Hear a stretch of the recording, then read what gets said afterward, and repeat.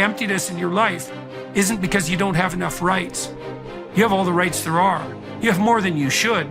And it isn't because you lack consumerist options. You have Amazon and pornography, man. You can get whatever you want whenever you want it. And if that's still not working, well, what are you missing? Well, maybe you're missing the opposite of that. A little bit of restraint, a little bit of sacrifice, some responsibility. Man, stop bullshit. If you really got a problem with your life, you'll change it. You're not tired of being broke. You're not tired of being stuck. You're not tired, because if you was tired, you would actually do some shit about it. I'm tired of everybody running around complaining as if you're on the receiving end of whatever this world wants to dump on you and you don't have a choice. It's time to grow up, man. Excuses sound best to the person that's making them up. Anybody who is determined to do something, who wants something to be different, it will eventually be different. Everything around you is going to change as soon as you change the things around you. Change your mind and everything about your bank account, your surroundings, your environment will all change. If you're creative enough, can you find the answer? Yes or no? If you're determined enough, can you find the breakthrough? Yes or no? Creativity, decisiveness, passion. These are the ultimate human resources. And when you engage these resources, you can get any other resource on earth. Stop telling yourself the story because you don't have the money, you don't have the time. That's bullshit. It's because you haven't committed yourself where you would burn your fucking votes. If you want to take the fucking island, burn your fucking votes, and you will take the island, because people, when they're going to either die or succeed, tend to succeed. But most of us give ourselves a way out, and that's why we don't have what we want. Put yourself in a position where you can't retreat, where it's do or die, sink or swim. Here's what you'll find out. You'll develop incredible swimming skills. You'll find yourself stroking unlike you've ever seen before. Through the inspiration of desperation, you'll become more creative than ever before. Throw your whole self into it.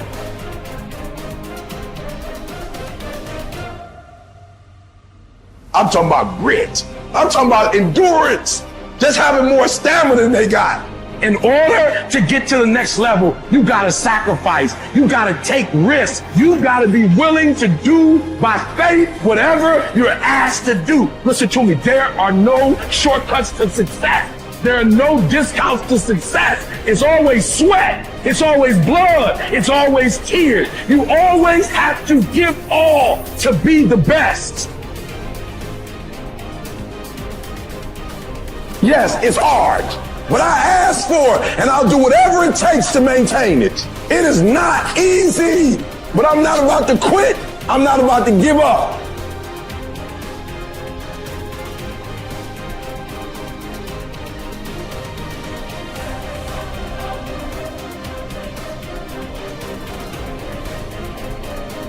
If you've explicitly formulated a set of goals and you're pursuing them, then you've adopted the responsibility to act in a certain manner to make those goals realize themselves. That's responsibility that you've adopted rather than responsibility that's been imposed on you, assuming that you've thought through the goals and you find your spirit in harmony with those goals.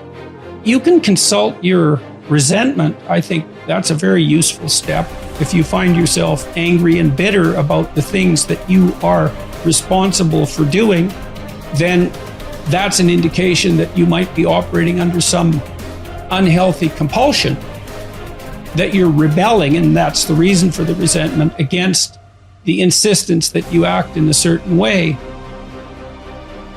Although it's also possible that you're just immature and that you're rebelling against the discipline that's necessary to attain the goals that you genuinely do want to attain and that are valid and that you are actively engaged in constructing.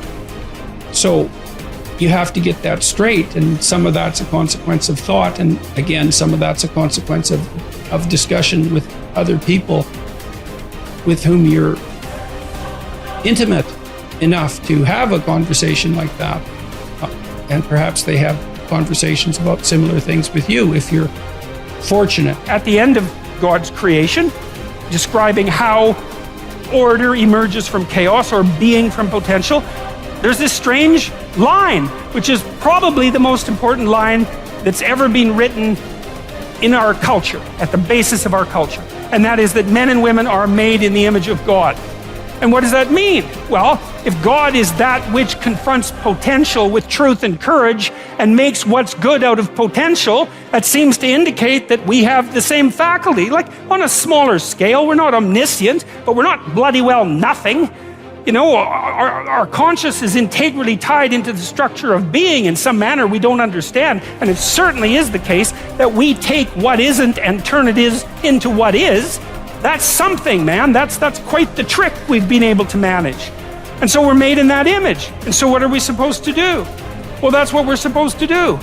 We're supposed to type our letters and make our phrases and construct our sentences and build our paragraphs and put our chapters together and make our books and communicate to people and straighten out the damn culture and constrain the malevolence and ignorance that besets each of us and push nature back and extend ourselves out into the unknown and confront the potential that's there in illimitable quantities and make the world better than it could be otherwise.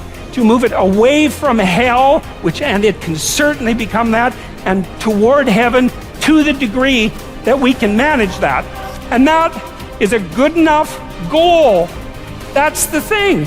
You need something, you know, because your life is tough. It's hard. You need something that, you know, you need something to get out of bed for and fight for. And that's something, right? To fight, let's say, against hell and for heaven. That's something to fight for.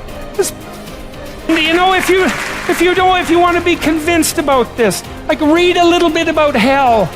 Read the Gulag Archipelago, or read Ordinary Men, or read The Rape of Nanking, or read about what happened in Nazi Germany during Auschwitz and all the catastrophes of the 20th century, and see if you believe in hell, and see if you think, well, maybe not having that happen anymore would be a good idea.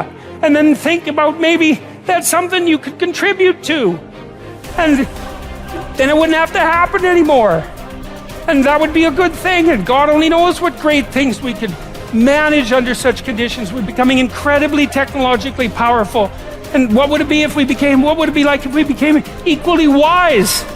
Well, that would really be something. God only knows what we could manage in the next 20 years or the next 100 years, you know? We're running at 40%, most of us, you know, because we're half in and half out. And it's not surprising because life is difficult. It's like, well, what if you were 90% in? Or 95% in, or all in, because you're all in anyways, right? It's a life and death game. No one gets out of this. Everyone dies. You might as well commit yourself. And you might as well commit yourself to the highest good that you can attain, because why not? It'll imbue your life with meaning. It's hard, the responsibility's there, but all the meaning's in the responsibility, and that'll make your life better. It'll make your family's life better. And it should make your culture better. Maybe it make the world better. It's like, that'll justify your damn miserable existence at 3 o'clock in the morning when you're wondering what the hell you're doing here. And that's a good thing, because there's going to be days when you're aching and tired and sore, and there's people in your family that are sick, and you're cynical and bitter, and you need a reason to get up, and you think, yeah, well, a little more heaven and a little less hell, maybe I can pull that off today and tomorrow and next week. And that's worth struggling forward for. A man who becomes conscious of the responsibility he bears toward a human being who affectionately waits for him, or to an unfinished work, will never be able to throw away his life. He knows the why for his existence and will be able to bear almost any how. By declaring that man is responsible and must actualize the potential meaning of his life. I wish to stress that the true meaning of life is to be discovered in the world rather than within man or his own psyche, as though it were a closed system. I have found this constitutive characteristic the self-transcendence of human existence. It denotes the fact that being human always points and is directed to something or someone other than oneself. Be it a meaning to fulfill or another human being to encounter, the more one forgets himself. By giving himself to a cause to serve or another person to love, the more human he is and the more he actualizes himself. What is called self-actualization is not an attainable aim at all, for the simple reason that the more one would strive for it, the more he would miss it. In other words, self-actualization is possible only as a side effect of self-transcendence. A human being is not one thing among others. Things determine each other, but man is ultimately self-determining what he becomes within the limits of endowment and environment. He has made out of himself. In the concentration camps, for example, in this living laboratory and on this testing ground, we watched and witnessed some of our comrades behave like swine, while others behaved like saints. Man has both potentialities within himself. Which one is actualized depends on decisions, but not on conditions. What is demanded of man is not, as some existential philosophers teach, to endure the meaninglessness of life, but rather to bear his incapacity to grasp its unconditional meaningfulness in rational terms. To be sure, man's search for meaning may arouse inner tension rather than inner equilibrium. However, precisely such tension is an indispensable prerequisite of mental health. There is nothing in the world, I venture to say, that would so effectively help one to survive even the worst conditions as the knowledge that there is a meaning in one's life. There is much wisdom in the words of Nietzsche. He who has a why to live for can bear almost any harm. What was really needed was a fundamental change in our attitude toward life. We had to learn ourselves, and furthermore, we had to teach the despairing men that it did not really matter what we expected from life, but rather what life expected from us. We needed to stop asking about the meaning of life, and instead to think of ourselves as those who were being questioned by life daily and hourly. Our answer must consist not in talk and meditation, but in right action and in right conduct. Life ultimately means taking the responsibility to find the right answer to its problems and to fulfill the tasks which it constantly sets for each individual. These tasks, and therefore the meaning of life, differ from man to man and from moment to moment. Thus, it is impossible to define the meaning of life in a general way. Questions about the meaning of life can never be answered by sweeping statements. Life does not mean something vague, but something very real and concrete, just as life's tasks are also very real and concrete. They form man's destiny, which is different and unique for each individual. No man and no destiny can be compared with any other man or any other destiny. No situation repeats itself, and each situation calls for a different response. Sometimes the situation in which a man finds himself may require him to shape his own fate by action.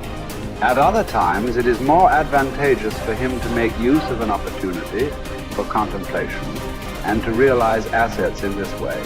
Sometimes man may be required simply to accept fate, to bear his cross. Every situation is distinguished by its uniqueness, and there is always only one right answer to the problem posed by the situation at hand. When a man finds that it is his destiny to suffer, he will have to accept his suffering as his task, his single and unique task. He will have to acknowledge the fact that even in suffering, he is unique and alone in the universe. No one can relieve him of his suffering or suffer in his place. His unique opportunity lies in the way in which he bears his burden.